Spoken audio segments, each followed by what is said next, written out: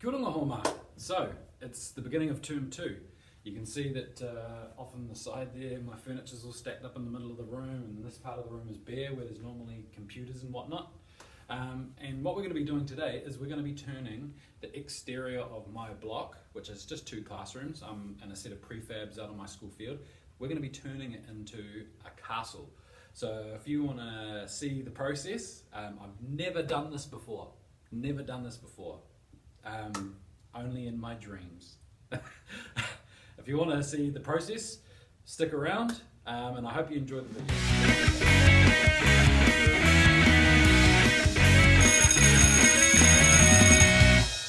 Welcome back. So, what we're doing over the next few days is we're going to be turning the exterior of my classroom into a castle.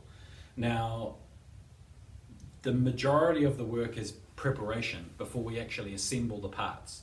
So what I've done, and I'm going to show you in a second, is I've assembled with this. I have to do some shout outs first. So first, thank you to my school's PTA.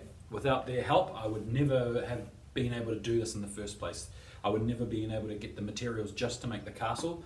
What they did is they donated a whole bunch of their former signage from school fairs, massive giant core flute signs. If you're not familiar with core flute, it's basically like corrugated cardboard made out of plastic. Most people know it as real estate signage, and I needed that because I needed really big stuff, and also it needed to be able to go on the exterior of the building and not get damaged or have anything happen to it with the weather that's coming up, because we're heading into winter, and so I needed something that would be able to handle getting wet and all that kind of stuff. So thanks, PTA. The second big thanks is to Bunnings Warehouse, Glenfield, on Auckland's North Shore. They have been ridiculously helpful. They donated something like 30 litres of paint to this project, and without that I wouldn't be, it's one thing getting all the core flute and having the construction materials, but without being able to paint it and make it look like a castle, it's pretty pointless. So thanks, Bunnings. They also donated a whole bunch of paintbrushes for me to use as well. Super generous. So special thanks to Jane, who's the community organizer out of Bunnings Glenfield. Without her help, yeah, like I say, this wouldn't be possible. So thanks to all those people. Third thanks is to my colleague Rebecca for basically fueling my inner child and allowing me to get away with pretty much whatever I want to on the exterior of her side of the building. Thanks. So, what we're going to be doing is over the next few days, like I said, we're going to be turning the exterior of my building into a castle. And in order to do that, I've had to assemble a whole bunch of core flute. Now, it is roughly 1,200 high by 2,400 long. So almost 2.5 meters long and 1.2 meters high.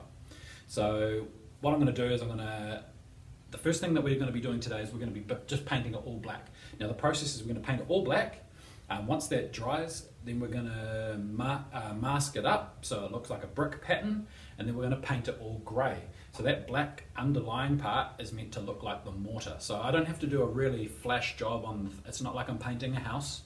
And I'm just using a roller at this point to give it a nice kind of textural effect. And that's all I'm going to do today. I did think about pre-cutting everything, but realistically, if I pre-cut everything, because there's a lot of different variants in size between where each panel goes, I would muck up the entire pattern and it would be ruined. So just to give you a bit of a heads up, so what we're going to do is tomorrow when we start masking everything out, what we're going to do is we're going to mark about 130 mil high across the top of all the core flute, and that's going to have like one continuous line of grey, and then everything else is going to have the brick pattern underneath it, with the logic being is that when we go to put it up on the wall, I'm just going to break out my rotary tool with a cutting disc on it, and then cut in the rampart, that kind of castle-y brick section out once it's up, and then that way I'll get a beautiful even spacing the entire way along the castle, rather than trying to pre-cut it, because if I mess anything up minutely, it'll just ruin the whole thing. So when I had to think about it, it seemed easier to do it this way. There's also a couple of sections where I've measured it and it's about 110 degrees at a slight angle, so you know, I've got to take those things into account too, because if I muck those up cutting, so it's easier to just paint everything black first. Then when my bud, Miss Waller, comes in tomorrow, I'll show her what's going on, show her my measurements, and then we'll start cutting everything up. So that's the plan for today. I'm going to show you what's going on outside, and we'll crack along. So you can see here I've painted the first couple, and like I said, all I'm doing is just painting them black. It's a pretty basic step to do so far, but like I said, this is all the prepping stuff before we get into the real nitty-gritty. I've calculated it'll probably take us about 3 days to finish the whole project, and that's taking in, so tomorrow we'll just spend painting everything grey, and then on the last day we'll be basically assembling everything and getting everything up. So that's where it's at this point. So I'll check in with you a bit later once we've painted a few things. So day 2, and we've put on the brick pattern, and it's looking pretty effective. I was meant to video the process, but I suppose you don't want to see the bricks being painted on. It was actually thanks to Mr. Pipes, the famous Mr. Pipes of Hauraki School, that this came out the way it did. He suggested that we just roller it on as opposed to using tape. I had a bit of a problem. I taped it out like I mentioned in the first video, and the tape was peeling off my black paint, and so that was a no-go. And he just suggested, why don't you just roll it on, which is the sensible thing to do realistically when you think about it. So tomorrow the objective is to get this all up. Like I said in the first video, I haven't cut it to size because each of the walls will be slightly different depending on its placement on the wall, so we'll have to do the artsy-fartsy, figure that out, and the pattern that we want it to go in for tomorrow. So see you in day 3.